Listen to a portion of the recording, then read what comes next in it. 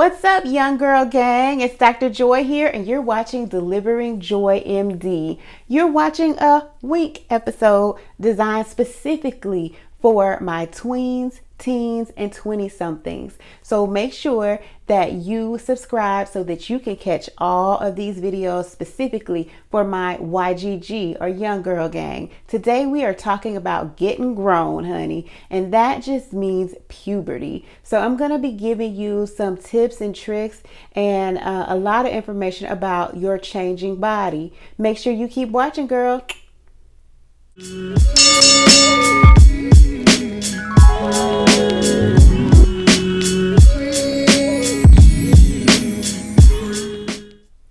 All right, so hey YGG, young girl gang, I am so excited about this new W.I.N.K series because this is all about you. I'm teaching you guys what I now know so that maybe you can avoid some of the crap I went through.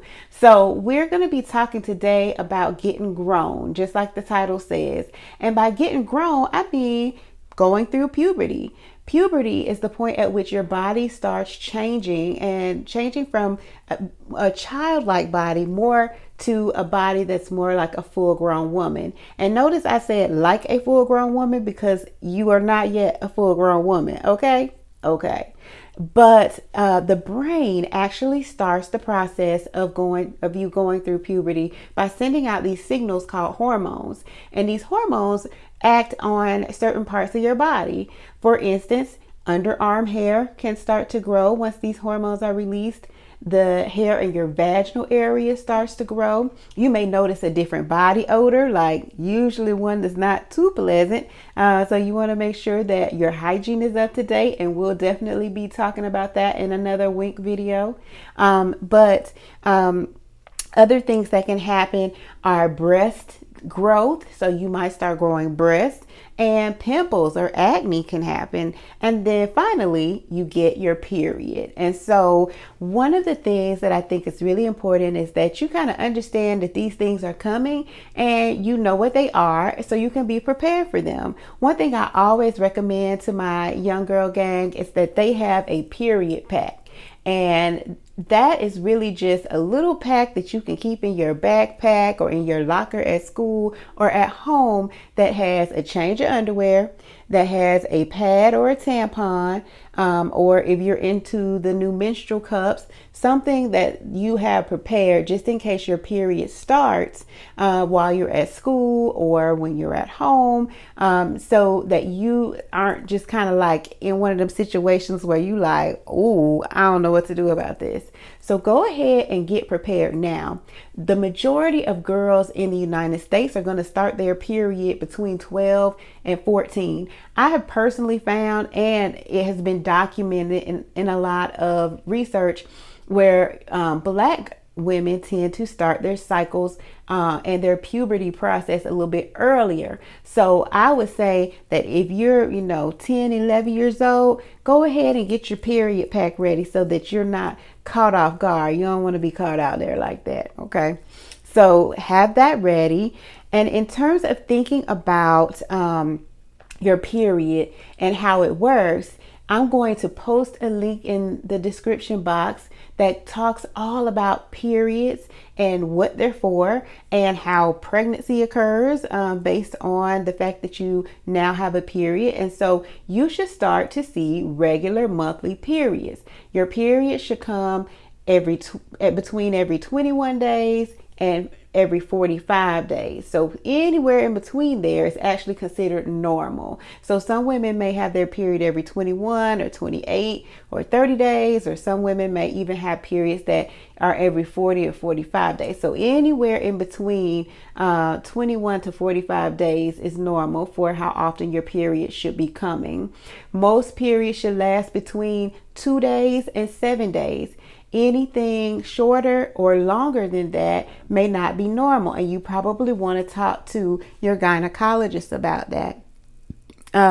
Now, in terms of thinking about your period being abnormal, if you were having regular periods and then suddenly you stopped having periods and you have been sexually active, you always got to think about the fact that you could be pregnant. So make sure that you go and see your pediatric or your gynecologist so that you can check that out. And there are also other things that could go on. So like, let's say you haven't had a period in a couple of months and you're not pregnant. Those are also visits that you need to have with your doctor so that we can kind of figure out what's going on with you. Okay, so that's important.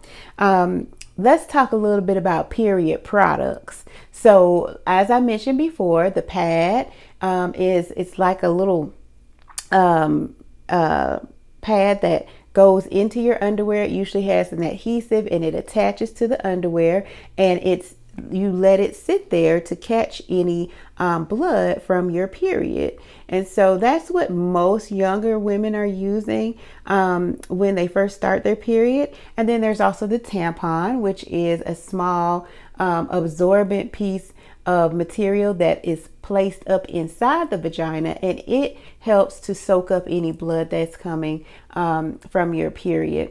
Nowadays, we have these really cool things called menstrual cups, and you can actually place them up into the vagina, and you're going to leave them there, and they actually catch blood from your period. And so in terms of how often you should be changing these, if you're wearing a pad or a tampon, you need to make sure you change at least every 4 to 8 hours. Sometimes you may need to change more frequently if you are having a heavier period. If you're using a menstrual cup, then you're going to take that out and clean it at least twice a day. So those are very important things that can help you prevent infection. Okay. Now, periods can also sometimes be painful for some women. And so if you're noticing that you're having tightness or pain in the lower part of your belly, that's usually from period cramps. And there are several things that you can do to try to help that. You can exercise, which a lot of people don't think about, but actually getting up, going, playing sports, going for a walk, doing some exercise can help cut down on those cramps. You can do some medication, so like Advil or Aleve or Motrin.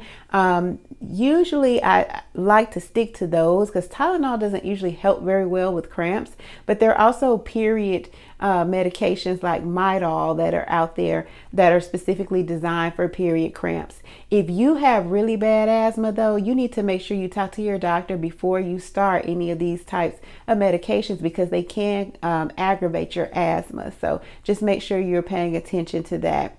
Heating pads are also really great. So if you got a heating pad that you can put, up against your lower abdomen, that's good. A warm bath with Epsom salt is also very good. And you'll notice that in the tub, you won't, be bleeding. And so you can totally do those things to kind of help out.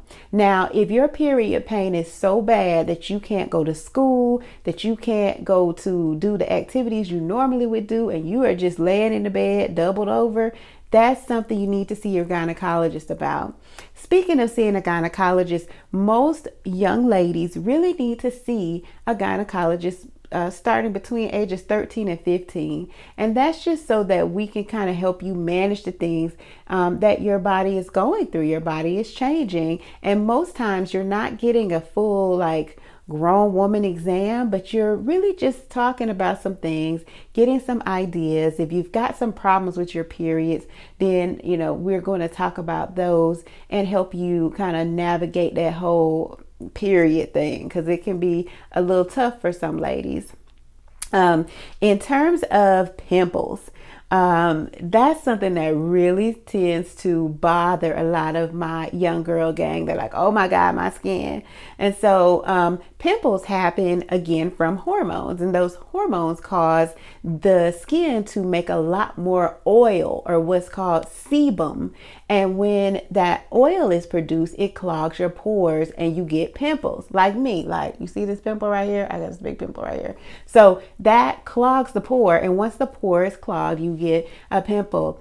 The way to avoid this is by really taking good care of your skin, washing with a mild soap at least twice a day. If you notice that you're having really bad acne, I think it's also something you should talk to your gynecologist or your pediatrician about, because there are some medications that can help with really bad acne. But keeping your skin clean, not picking at it, trying to avoid things that really irritate it. If you're wearing makeup nowadays, make sure that you're washing your face thoroughly at night, because makeup can also help that sebum clog your pores and cause pimples. So I hope you enjoyed this little segment for my young girl gang, and that you are all ready to think about getting grown or going through puberty. But remember, always make sure you have somebody that you can talk to, that you trust, somebody who's already been there, who can give you some guidance. All right, young girl gang, I'll catch you on that next wink. Talk to you soon. Peace.